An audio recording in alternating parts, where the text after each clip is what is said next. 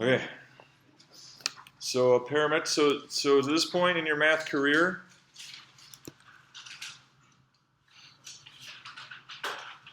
you've been used to functions like this, where you have an input. Your input variable is x, and then the rule cranks on that given input and spits out the corresponding value of y. So in other words, y is a function of x. That's been 99% of your math career so far. Y is a function of x. But there's a different way to express a function, and that's called in parametric form. So for instance, parametric forms are where x and y, those coordinates, each are a separate function of a third variable, the parameter. So and usually use t. Okay, so we have this thing called the parameter. So t is your input, and it's the same input for both. And that's the parameter.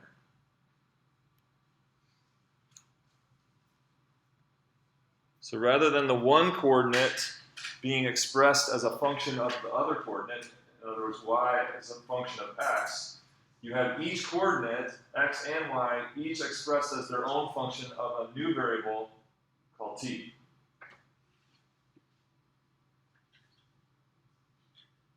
So here's an example. X equals t plus 2, y equals 1/2 t cubed.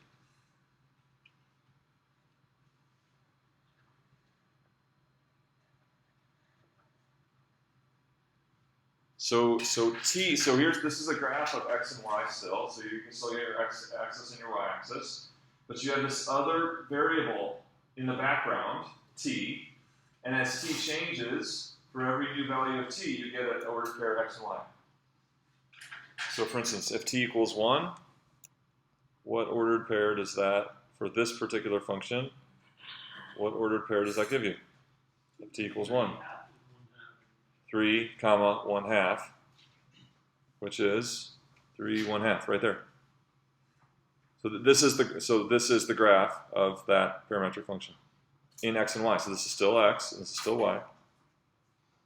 And if t was -1,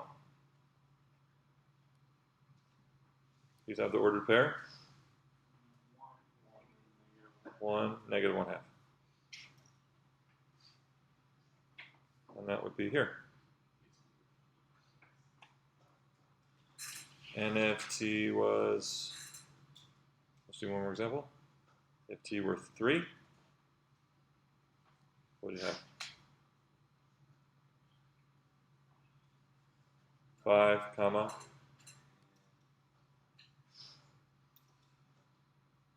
3 cubed, anyone? 27, right? So 27 halves. Don't be afraid of fractions. They're your friends. Right? So they didn't do anything, right? 27 halves. Okay? So what happens then is you get what's called a direction to the curve, meaning for increasing t, so the direction is corresponding to increasing values of t. For increasing t,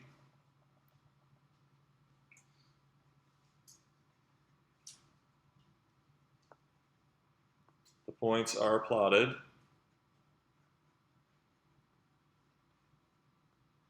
in a certain direction.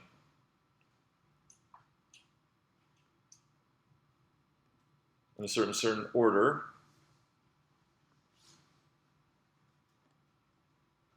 That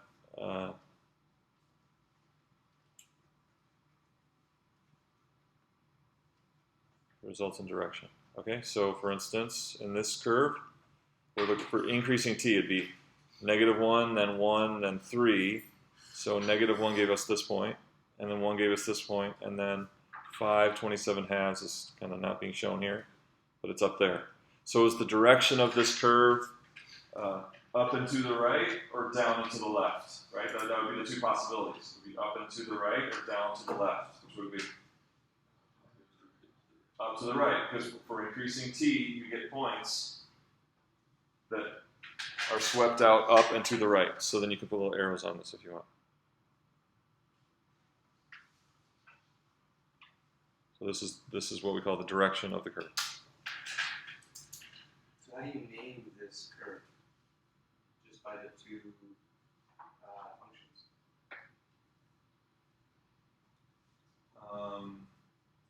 Like what is the name of the parametric function? You have to say two things. Oh, you have to have two things, right? Because x is a function of t and y is a function of t. So the curve described by these two parametric functions, we should say. No, this is a parametric function. The system is the parametric function. Oh, okay. That though you don't, they're not. It's not two parametric functions. That's one parametric function. Yeah. Got it. Yep.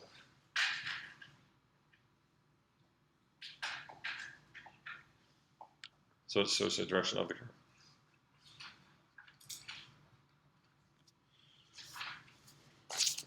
Okay, so suppose we had this. So we have this parametric function, but we want to be able to write this curve y as a function of x. How do we do it? So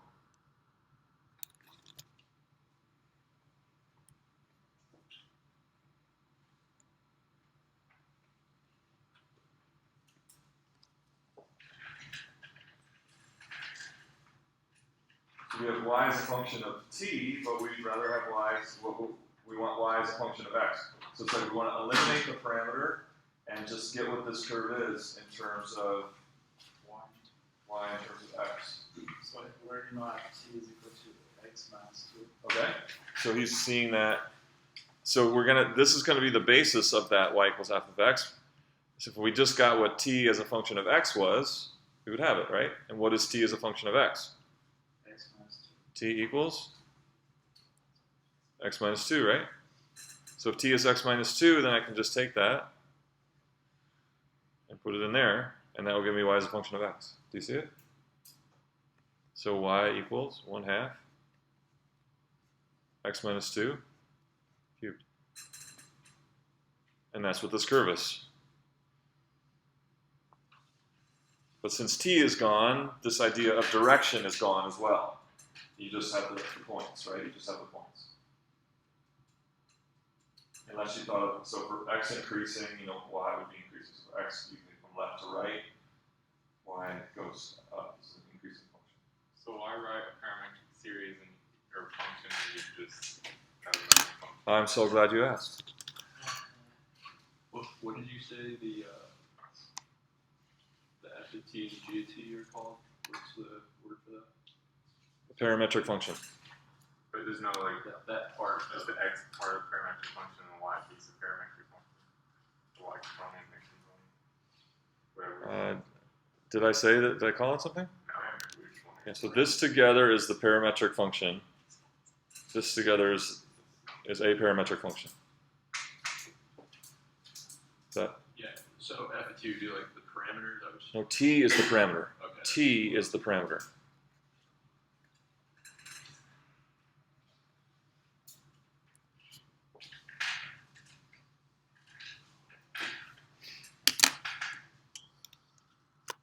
Okay, where's that?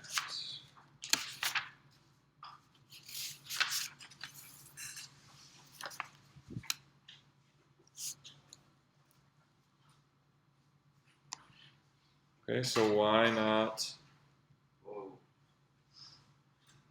write y as a function of x? Is what? So here's an example of, here's the parametric function. X equals 2 sine 2 pi t. What does that end? It just my program lets me change it. Oh, okay. Right now that n is 2. And y equals cosine 6 pi t.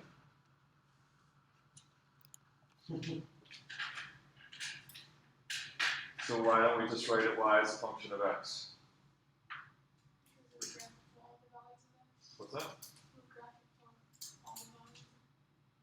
Well, you'll lose half of that graph. Because half of it would be. But you're going to have some trigonometric function of the inverse in this Yeah. Because you can't do it. You can't. All right?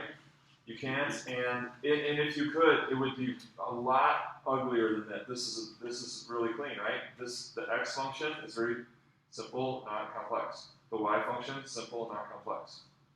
So this is highly desirable over trying to write this y as a function of x. Can you mess with the n?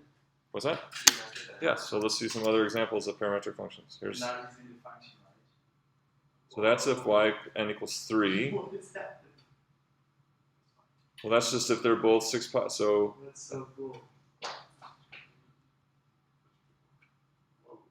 that's for any if n is 4. That's n equals 5. And that's n equals 6. There's n equals 7. And 8. So this is 2 sine 8 pi t and cosine 6 pi t.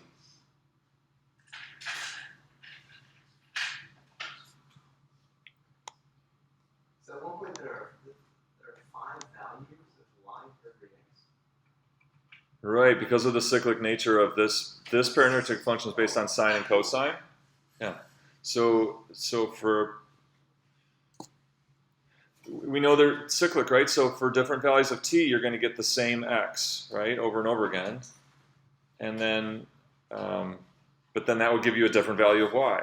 So as t changes and you keep getting the same output, say 0.5, well, for one t, you're going to get this y value. For another t, you're going to get this y value. Another t, you're going to get this y value. Okay? So is it a function or not? So which one is this? This is 8 pi t. So the question is,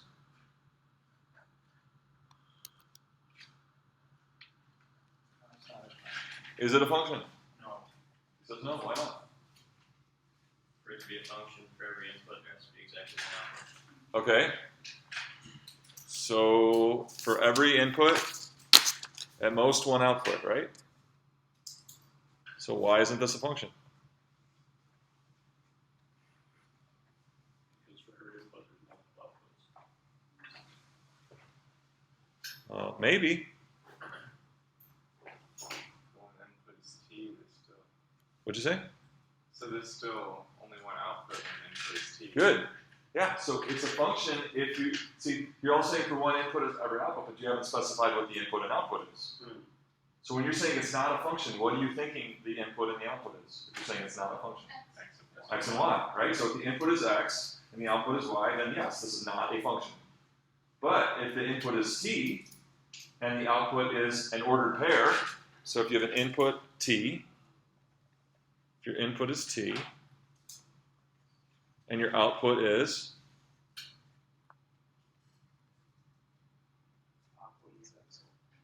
an ordered pair now, x and y, is this a function?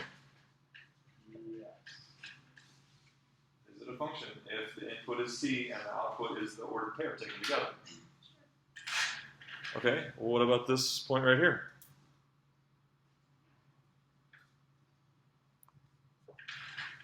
Is it a function or not? Is the ordered pair a function of t? Still think, yeah, why? Because it's a different order pair from another. It's the only pair that's there. No, this is the same ordered pair, right? This is the same ordered pair occurring twice. So that ordered pair occurs more than once. Is that ordered pair a function of t? Yes. Why? Because for every input, there's still one output. Right. So we never said you can't get the same output twice. That's not what the rule says. The rule says if you put an input in, you get one particular output. This is, yes, you get the same output for two different t's, right? So there's some t1 that gives you that ordered pair, and then there's another, say t2, that gives you that ordered pair. Well, that doesn't violate the rule for function. What would violate it is if you had for t1 gave you two different ordered pairs. That's not a function. Or if some other t, there's some t that gives you more than one ordered pair. Looking at that parametric function, if you pick a value of t, you're only going to get one ordered pair, x, y.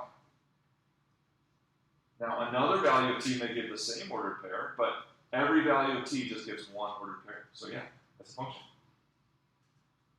every ordered pairs are a function of t. But like you were thinking, y is not a function of x. Okay. Does that? Go ahead. What the direction of movement on that be? So you'd have to figure it out, right? So we could do it pretty easily. If t equals 0, what point do we get for t equals 0? 0. 0, 0, 1. All right, so this thing starts here. Okay, here's another one.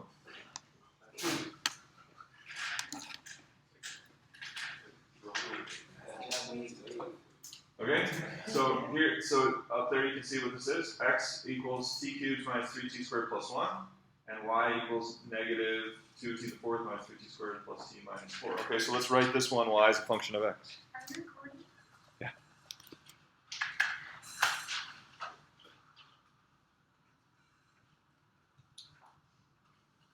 So let's write this y as a function of x. So what would that mean? We need to get x as a function of t, or t as a function of x.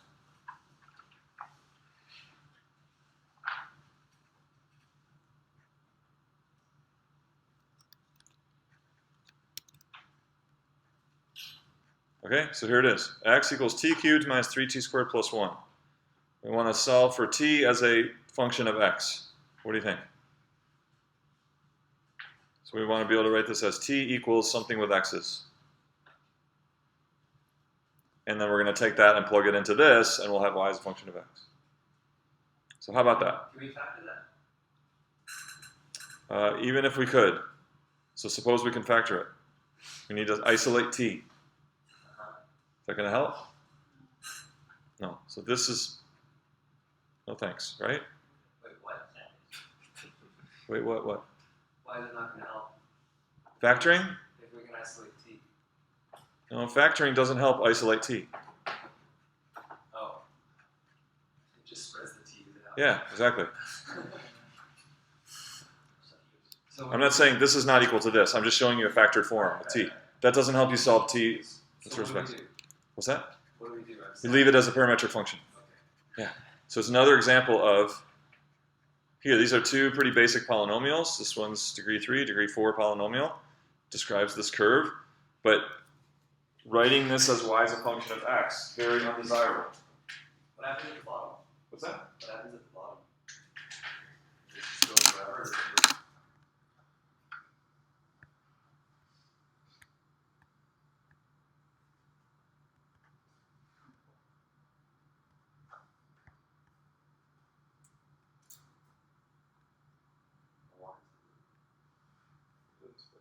Didn't loop, but it did come back and cross the y-axis. Yeah.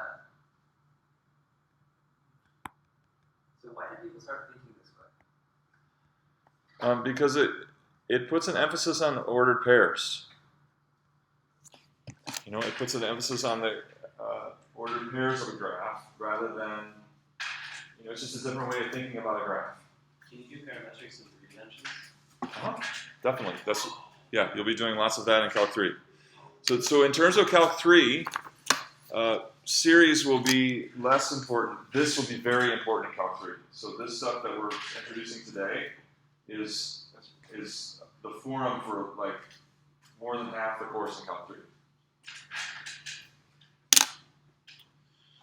Okay, so let's look at this one. So here's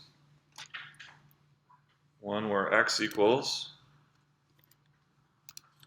what happened?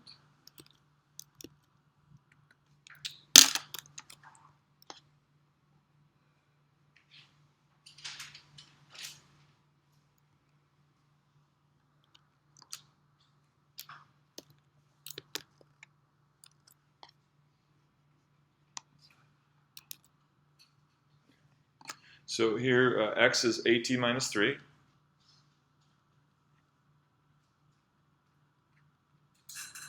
And y equals negative 16 minus 2.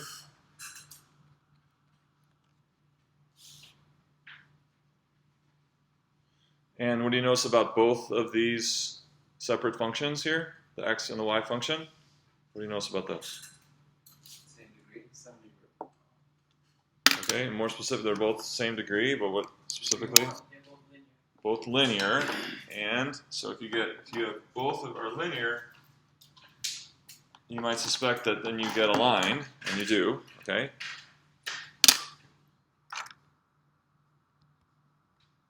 Wait, is that the line that's the thing?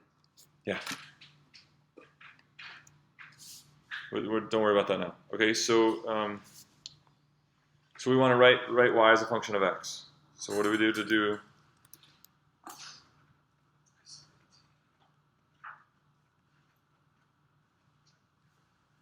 So we want to use this as our general form, but then we need to get t in terms of x, right? So how do we get t? What's t in terms of x?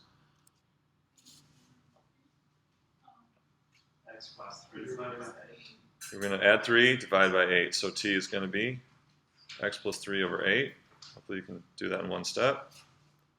And then we're going to take that and plug it into there. So we get y equals negative 6 x plus 3 over 8 minus 2. Okay, and then if we multiply this through and to get it in our more standard form, so you're going to get negative 3/4 x minus 17/4. If you can't see that off the bat, just do it later.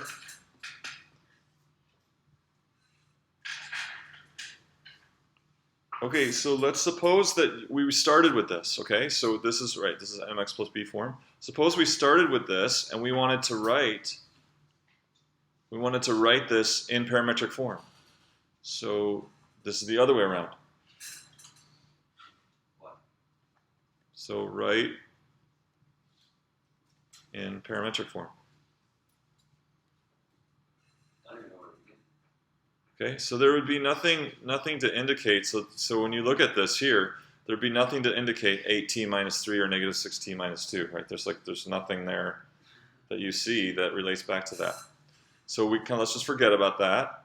Say, how could we do this? How could we get, say, x equals some function of t, and y equals some other function of t that's equivalent to this? How could we do it? So make it easy on yourself. So there's a very, very simple way to do this. Any ideas? Involve the roots. No, it's really simple and slick. It's nothing fancy or tricky or using something complicated. Is X. What's that? Yeah, so what if we just called x to t? What if we just said x equal t? Then what would y equal?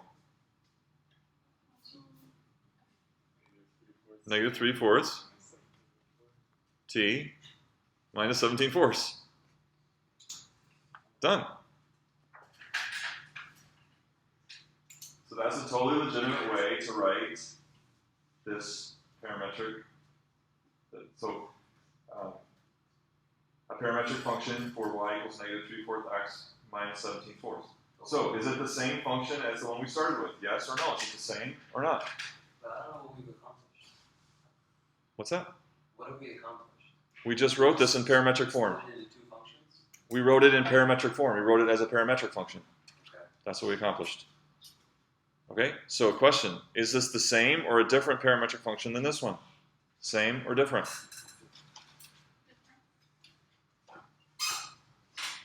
So we've got this and we've got this. Well, they're both equivalent to this y as a function of x. So they have to be the same. Are they the same function or a different function?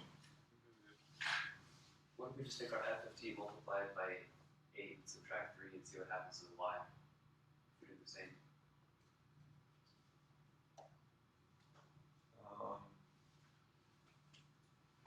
Bad idea. No, x equals 8t minus 3.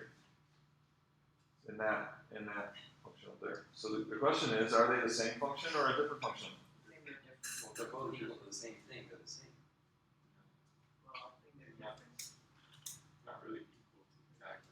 I think they're Okay, different. what is the same about those two parametric functions? What is the same about those two parametric functions?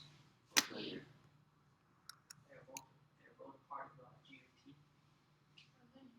They're both linear, they're both part of GOT.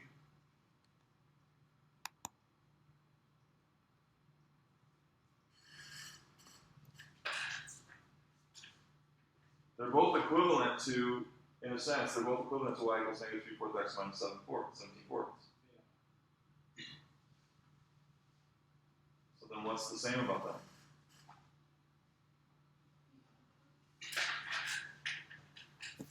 So what's the same about them is the resulting graph. They pop out the same order. They give the same set of ordered pairs. That's it. They give the same set of ordered pairs. But are they the same function? How many different parametric functions can we have then for the same line?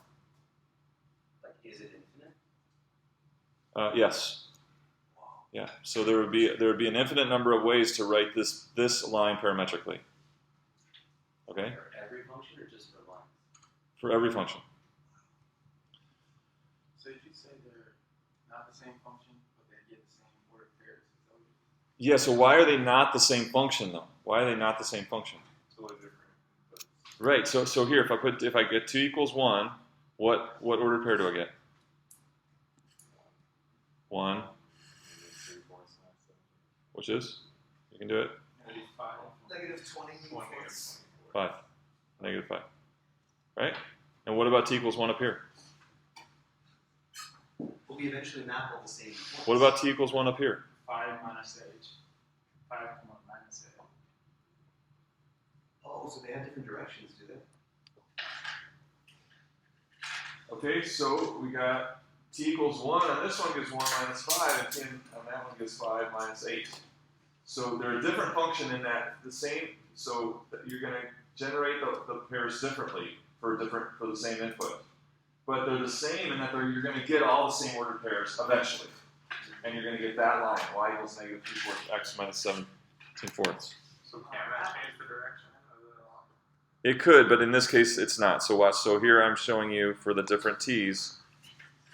So the blue dot is the second one we did. Okay? The red dot is the first one I gave you. Okay, so down there in the lower left corner is the current value of t. Where it says n down there, the slider, that's the current value of t. So right now it's like 1 point. So yeah, I didn't want to go by h. I have a quick question. Yeah. How is f of t equals, how is x equals f of t equal to t? We said we want to write this thing as a parametric function. The easiest way to do it is just let x equal t. And then if x equals t, then y equals negative 3/4 t minus 17/4. So joining that with what you said earlier, we can name any function of t and then get any y. Like we can match it. We made it easy for ourselves, but if I said x equals Okay, so yeah, so this is one technique for doing it. So this is for polynomial and for a linear function like this, it's we'll see some other examples. Don't just generalize too quickly, okay? But this is one easy strategy if you're given y as a function of x to get the parametric form. Let x equal t, and then y will be negative 3/4 x minus 17/4. Okay, so I'm showing you for the same value of t how you're getting a different ordered pair from each function. Why does the red slider move so much faster? Okay, great question. So when t increases at a constant, t is increasing here, now it's 0, and now 0.5. So he's saying, why is the red one going so much faster than the blue one? it's got steeper slopes. Does that have anything to do with it? The slope is the same. It's the same line for both, right?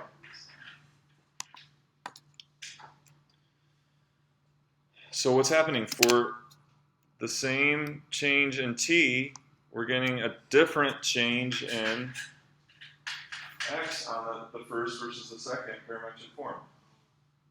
And what's that a matter of? What are we talking about? For the same change in t, we're getting a different change in x and y for the same change in t. So what are we talking about?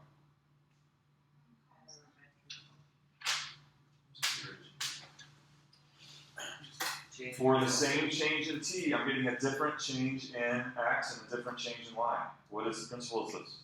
Rate of change. Please, rate of change, right? Rate of change. And rate of change is, to get the rate of change, it is? Derivative. So if we look at the derivative, what's dx dt in this case? So it does Okay, what is dx dt? We have to take the derivative of both parameters then. 8. dx dt. dx dt. dx dt is what? 8. dy dt is -6. Okay, now on the blue one. 1. dx dt is? dy dt is? So it is the slopes. So why are the points being swept out at different speeds? So the rate of change is Right, so for a change in t, say a unit change of t, how much of the curve do we get using the original version? How much does x change for a change in t? 8 times. Whereas over here, how much does x change for a change in t? 1. So the points are swept out 8 times as fast if you're thinking from left to right. Let's see. No, either way. So the points are swept out 8 times as fast in the original version versus the new version over here. But you still get all the same points. Make sense?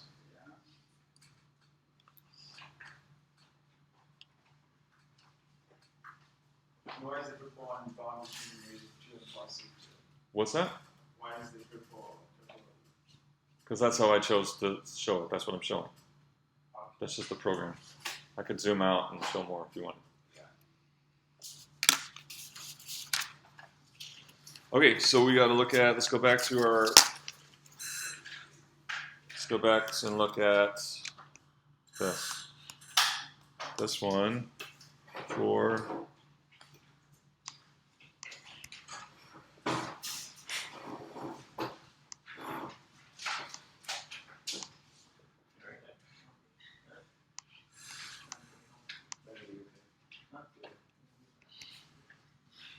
there we go. So in n equals 6, we get x equals 2 sine 6 pi t, and y is cosine 6 pi t. If you replace the 2 with the 1, you get a circle. Yeah. Okay, and so what shape is this? Ellipse. Got an ellipse.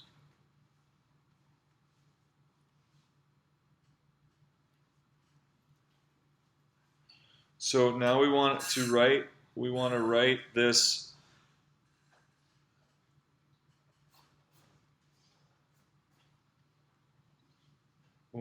as an equation of x and y.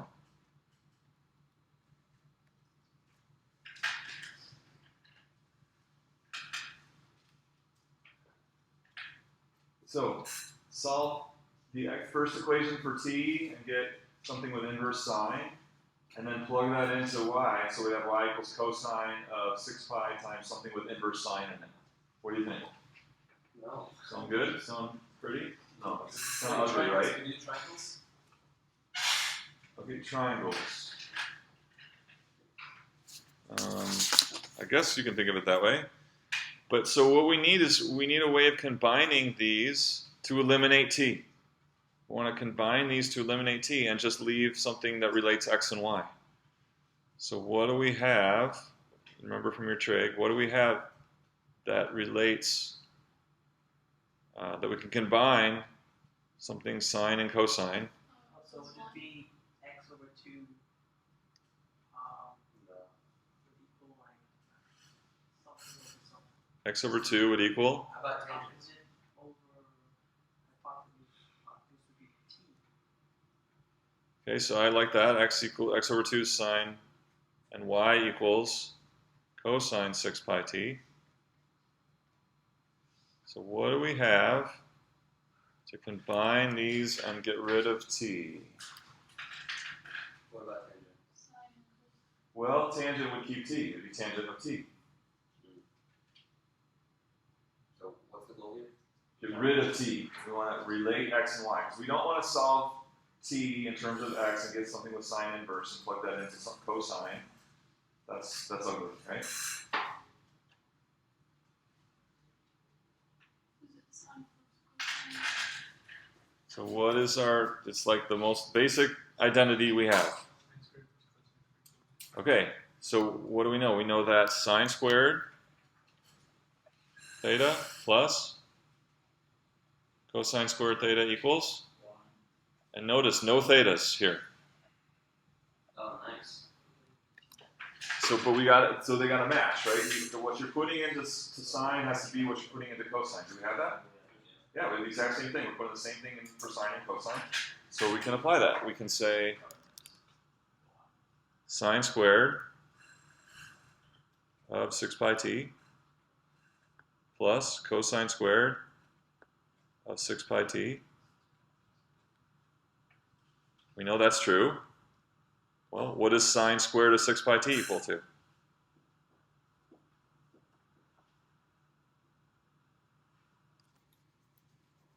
X over 2 squared, right? Because if sine is x over 2, then sine squared is x over 2 squared. And what does cosine squared equal? Y squared. So look at that. Did you catch it?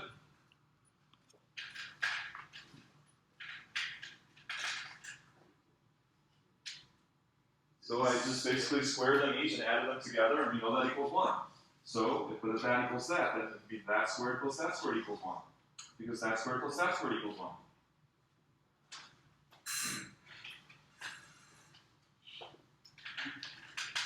So working in these problems, you're not going to do everything the same way every time. So in these ones that are based on sine and cosine, you're going to use this technique then to write it. So we know that y is not a function of x, but y and x are related according to, this is the equation of an ellipse. So our basic equation of ellipse is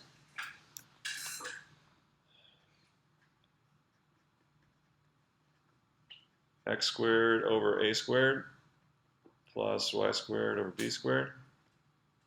So this is ellipse with center 0, 0.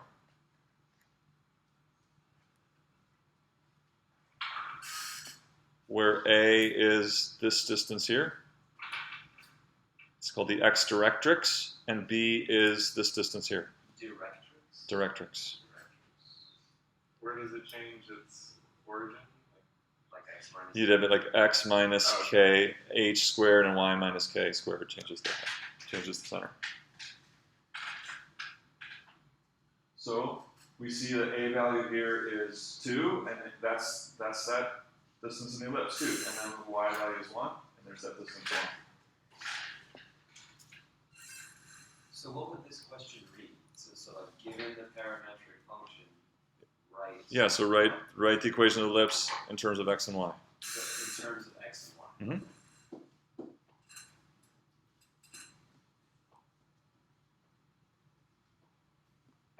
So this equation is the equation of this ellipse in non-parametric form, right? So this is the equation of x and y that gives these points. Whereas this is this ellipse in parametric form. Both have their advantages. Both are nice and clean, and both have their advantages.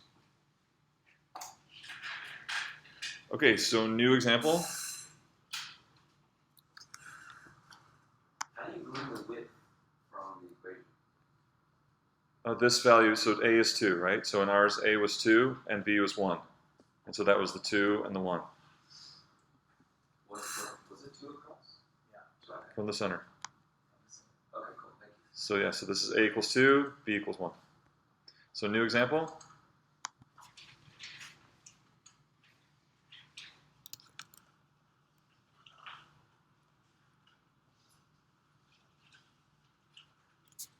So write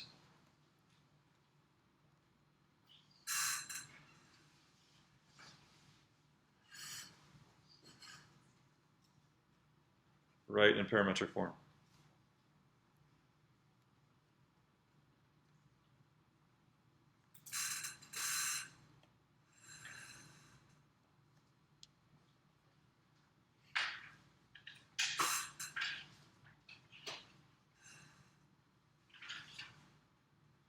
So in order to do that, we need to get this. We need to get it to look like this.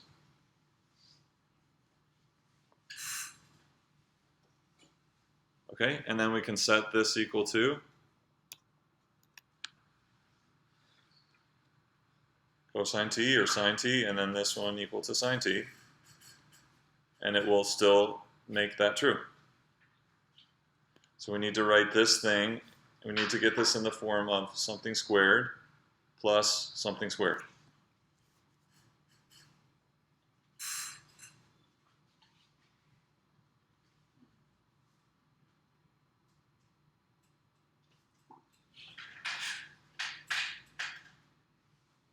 So what will it be?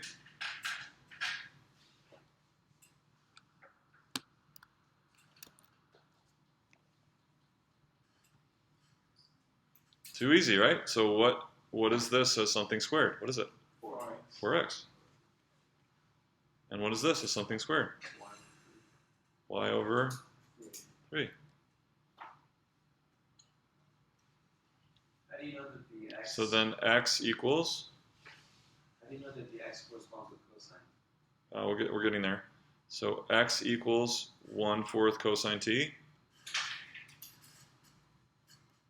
and y equals, so that does it. So could we have said this was sine t?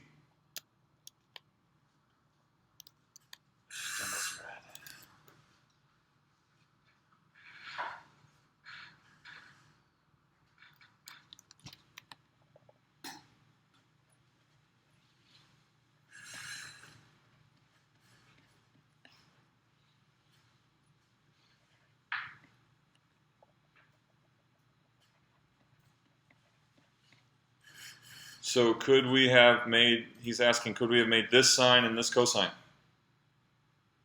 Is it fair? Well, we did it before.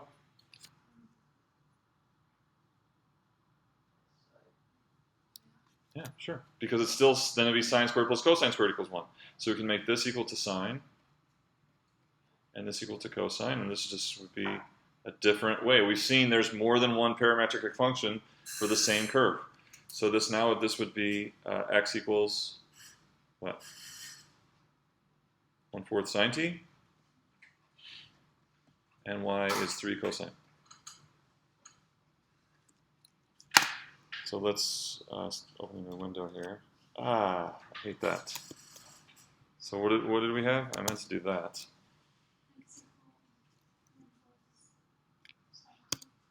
So the red one was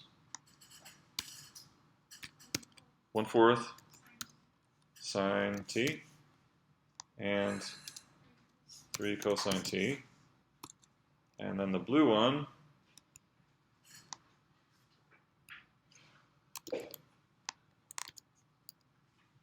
this was cosine? Or no, what was x? Yeah, 1/4 cosine. 1/4 cosine? 3 sine. Same function or different functions?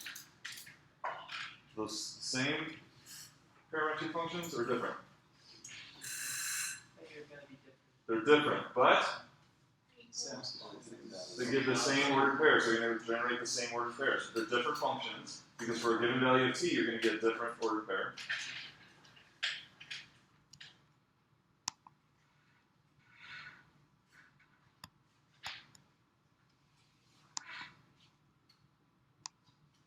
Come on.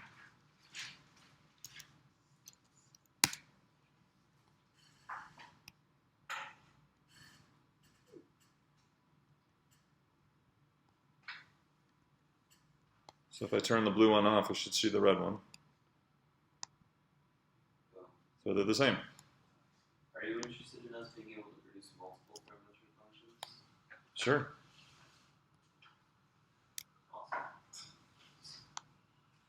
Okay, so that's a little better view of it. So now let's talk about direction. So when t equals, so this is a nice example to talk about direction with. If t equals 0, what point do you get? And if t equals 0 here,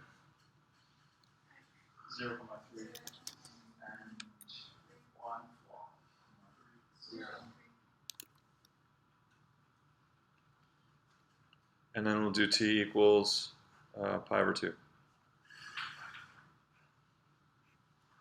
So for the red one, for t equals 0, you get what ordered pair? 0.3. 0, 3. And for pi over 2, you get? 1 false. 0. And then for the blue function, t equals 0, you get? 1 over 4. And then pi over 2? Yeah, there's 0. 0 and And there's 3. So what's, not only do you get different ordered pairs, what else is different about these two functions? So the red one is here at t equals 0, and then it's here at t equals pi over 2. The blue one is here at t equals 0, and here at t equals pi over 2. So not only are the points different, but what else is different? Direction, right? So this gives a counterclockwise direction. And this version of it goes clockwise at a different starting point, right?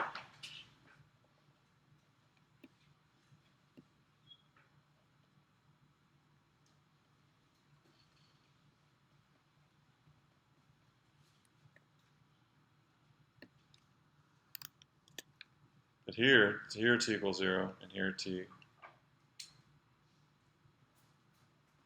So are these things, like, can we say that they're cyclic? Because I imagine with increasing values of t, it's just Yeah. moving around. Yeah, they're cyclic because both of your individual functions for x and y are cyclic. So it's still the same function even though they have different directions. No, it's a different function. What's the same is the ordered pairs that are generated. But they're different functions because for the same t value, you get a different output. So how do we describe, is there a period to these curves? Sure. Is it just the line? Well, this is going to be 2 pi because your period of sine and cosine are. Is the period ever going to relate to the length of the curve? The length of the loop? No, the period relates to your argument, right? Your period. So for just basic sine and cosine, your period is 2 pi. Your period will change when you start messing with the argument. Sure. So will the length of the loop, the curve length, ever matter? The length of the loop. Like the circumference, or I don't know what you call it for an ellipse. I think that you're talking about two different issues: the length and the period.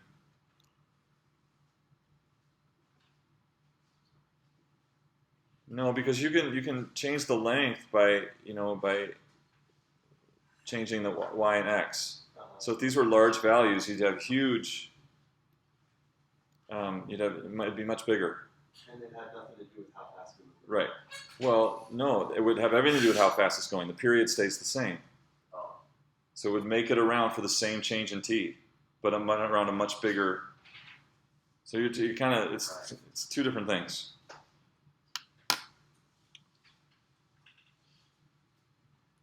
Okay, so what if we were given new example?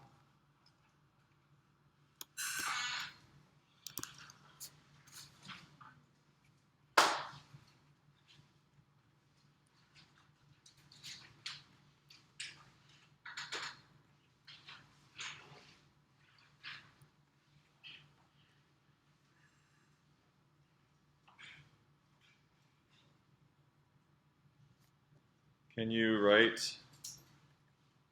the equation in terms of x and y? No t, so non-parametric, write it just as a relationship of x and y.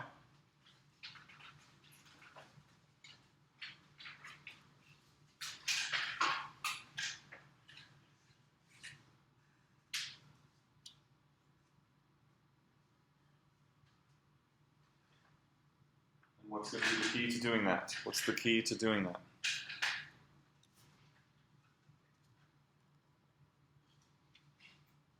What's the key to eliminating t here when we have it in terms of cosine and sine? You've got to get rid of the constants that we're adding. No. What's the key to writing Cosine theta plus sine theta plus 1 or equals 1. cosine theta plus sine theta equals 1? What do you think about that? Square. Yeah, so it's going to be squared, right? So if we can get an expression that's cosine squared plus sine squared, that's equal to 1. So that can get, so notice no thetas, right? No thetas over here. So we would rewrite it like x minus 1 over 9. Right, so what is cosine? What is sine? X minus 1 over 9. Right? And what is sine? Y minus 4 over 9. Okay, so we have an ellipse with the same directrix, but this one's centered at 1, 4. So what's an ellipse that has the same directrix in both directions? That's a circle. It's going to be a circle. And the radius of the circle is? 1. No. Wait. I thought equals r squared. Well, if you have it in this form, Oh, okay, so then 3. yeah, so you can think of this as an ellipse where it's over 3, each one's over 3 squared, so it's going to be 3 and 3 that way, or you can pull your 9 over to the right, and that's equal to your r squared. Right, so this is 9. R squared is 9. So then the radius is, so the center is 1, 4, and the radius equals 3.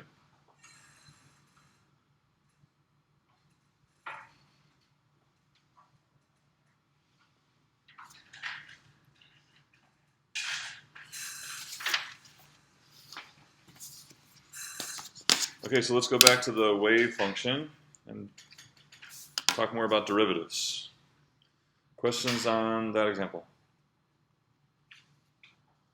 How did you get the x minus 1?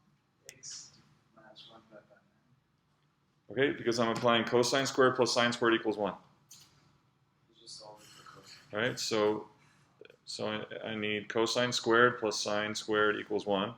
So this, what's right in, what is that in there? That's, Cosine, right? yeah. So these are rigged, huh? Because we have cosine in one of them and sine in the other. Right.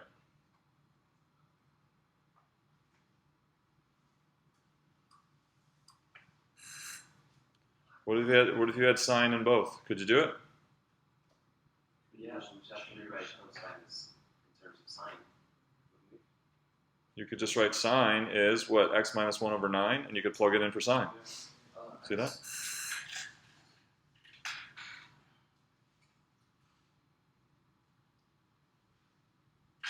Other questions on this example? Okay, so let's go back to this bad boy.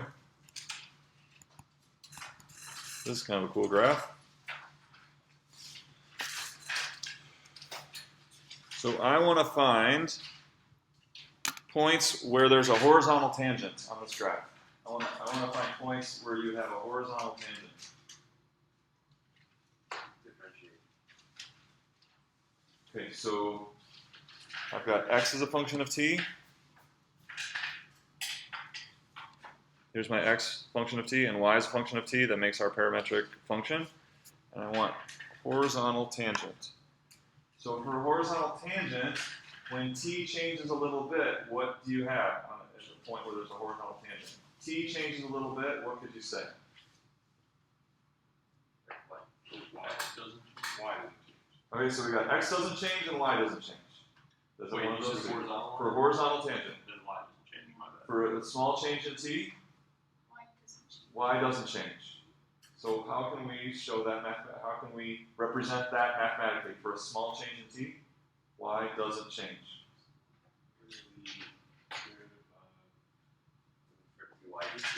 dy dt? dy dt, what about dy dt? Where it equals 0. equals 0. So let's write that out. So horizontal tangents.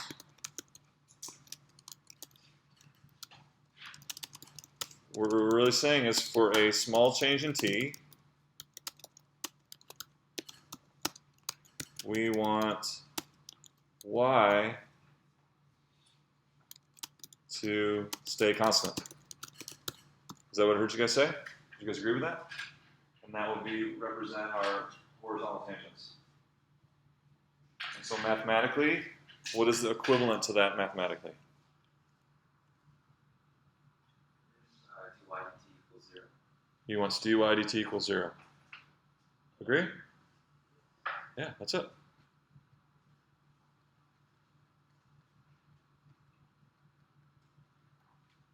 Okay, what if I wanted vertical tangent?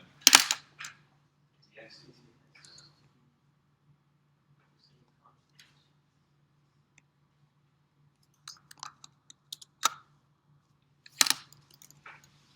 Well, let's actually do that first, okay? So for vertical tangent, we're saying for a small change in t,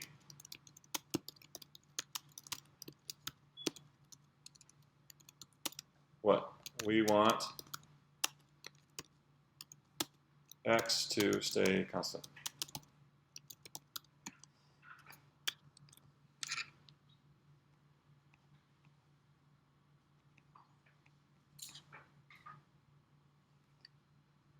Let's do vertical tangent first.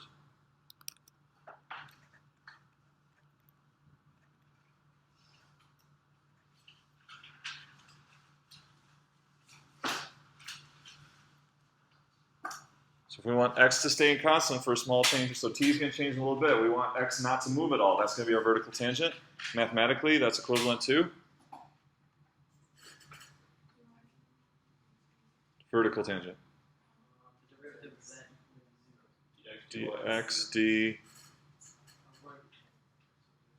dx dt dx dt. Okay, so find all ordered pairs that have our vertical tangent.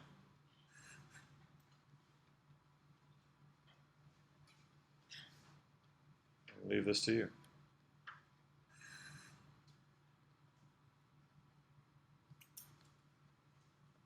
And let's look at it. How many do you see? So let's just try to predict here. How many do you see will there be a vertical tangent?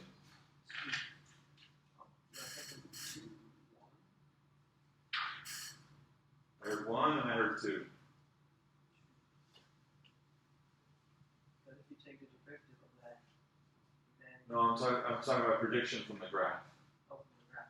Just looking at the graph, what do we think? 1-ish. Anyway, so go. So can you do it? Find all ordered pairs mathematically for which a small change in t means x stays constant. Or in other words, we have a vertical tangent.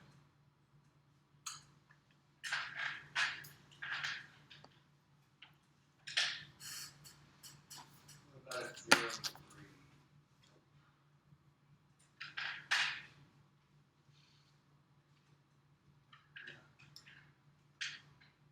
So you should all, this is pretty easy algebra 1 problem here. Or sorry, calc 1 problem. You should be able to do the math here and get the ordered pairs.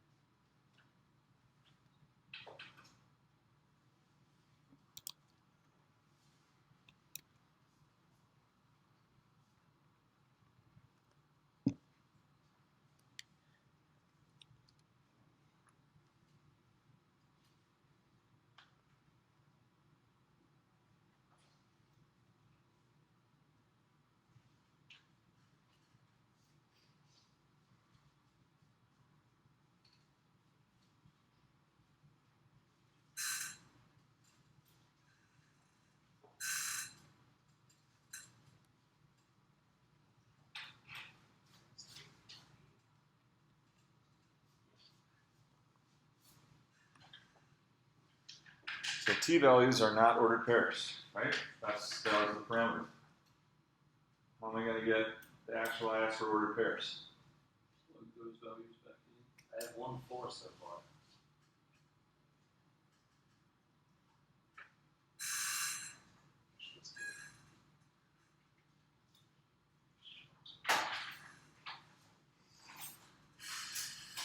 So when t equals 0, what ordered pair do you have? 0, 0. What do you think? No, 1-4. 1, 4. First of all, 0, 0 isn't a point on this graph. So how do you get 1? So if t equals 0, so this goes back to the very introduction of parametric equations. How do we get an ordered pair? Well, this tells us, right? X is this function of t, and y is this function of t. So 1, 4. Which is? Boom, right there. And then I got, my math might be wrong, but I got 1 and then negative 114. Because I remember it crosses at the bottom there. It should be negative. Negative 3.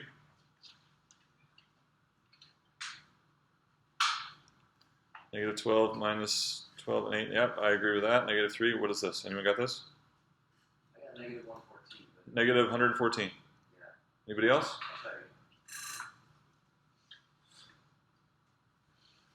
I'll tell you. Tyler, you got your calculator. What is y when t is 2? Well, I got a calculator right here. Yeah, negative 114.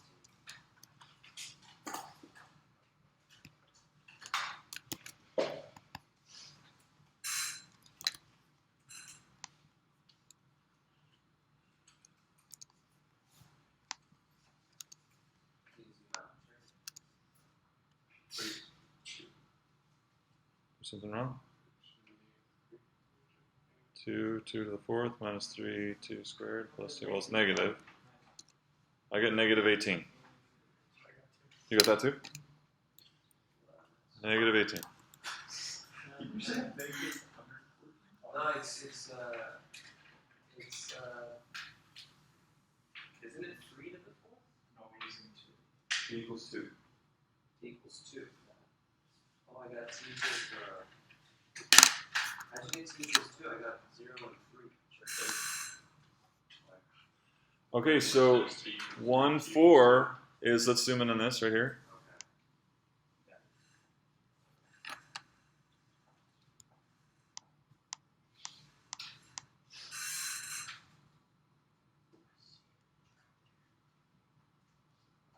So when t equals 0,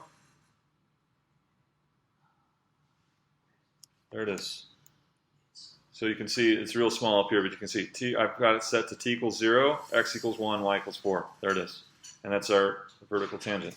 But then there's this other one, negative 3, negative 18.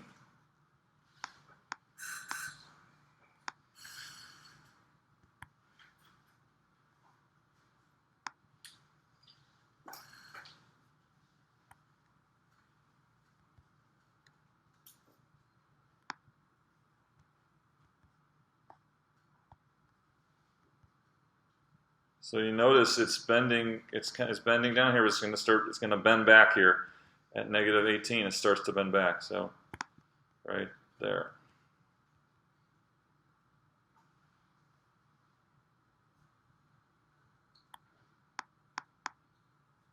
So vertical tangent here. At x equals negative 3, y equals negative 18, t equals 2.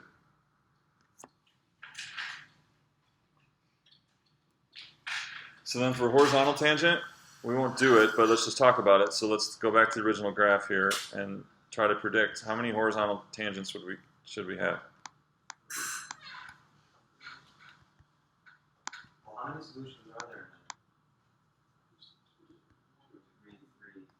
there? There could be degree 3, there could be 1, 2, or 3. So that's my guess. 1, 2, or 3. But looking at the graph, Oh, 2, 3. horizontal tangents. 1, 2, 2, 3. Both of them. You can see all 3, okay? Yeah. There's one there, there's one there, and then there's one right here. there's gonna be a moment there where it's horizontal at that very tip there, and then right above y equals 4, and then the big one at the top near y equals 6. Okay. So that would be dy dt equals 0. Yeah. How would you put the tangent line on the one right above 4? Well, it's also a little x negative. I can zoom in if you want.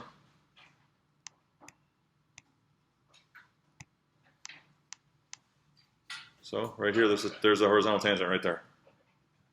And then there's one right there.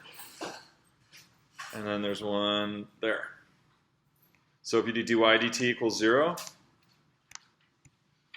and find your values of t for which dy dt equals 0, those values of t will give ordered pairs at those 3 spots.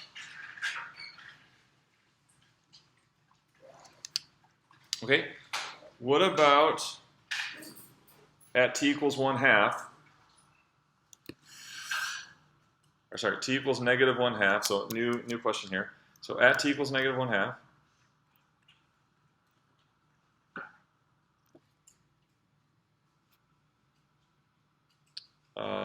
So I'll just kind of put the cursor. So we know you could find that ordered pair by plugging it in. That would be no fun, right? But we'll just let the calculator do it for here. So t equals negative 1/2.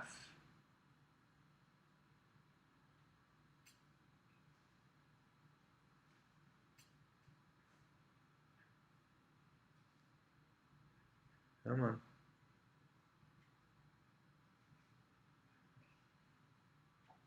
Close enough.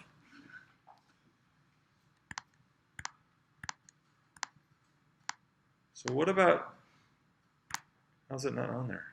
Oh, no wonder I was having trouble. It wasn't on the graph.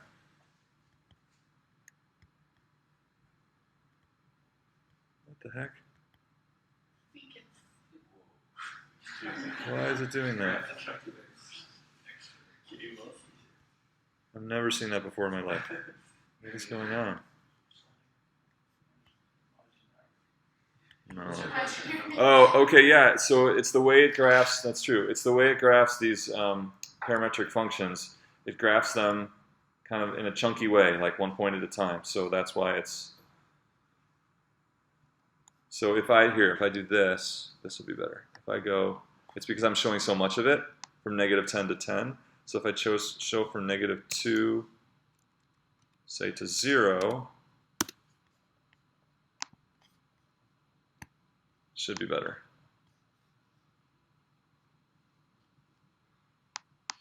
Okay, so if I show just that much of it, and now I zoom in here, it should be better. I want t to be negative 1/2. Come on. Now, is it the same thing? No, that's better. Okay, much better. Okay. So this is, let's see if I can do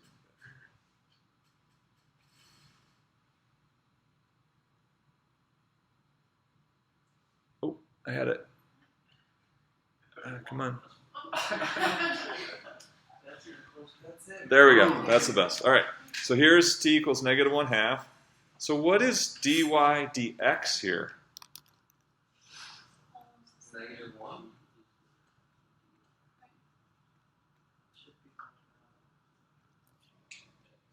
All right, so you're saying negative 1 just by eyeballing it? I mean, it looks like negative x. Yeah, so it looks like negative 1. Well, how can we get it exactly? Well, I want to know exactly what is dy dx here at t equals negative 1/2. So why don't I just take the derivative and then plug? Derivative of what? Either. We have to get it in terms.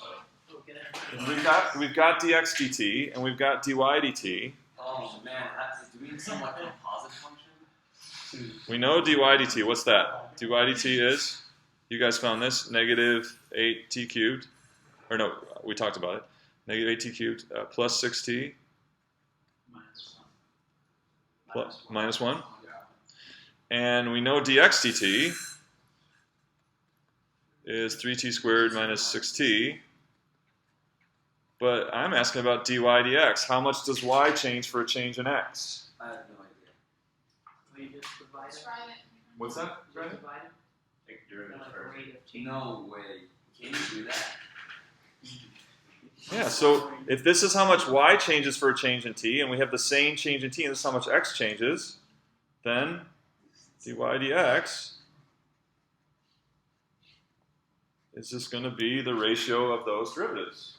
Because for the same change in t, you're getting the change in y and the change in x, so that ratio will be the change in y to change in x. That's allowed. Well, no, but I'm trying to tell you by reasoning. It's not, you're just thinking algebra, and can you do that? No, it I'm makes saying, sense. for the same change in t, you have a certain change in y and a certain change in x, right? And that's what these are telling you. So the ratio would be then how much y changes for a change in x.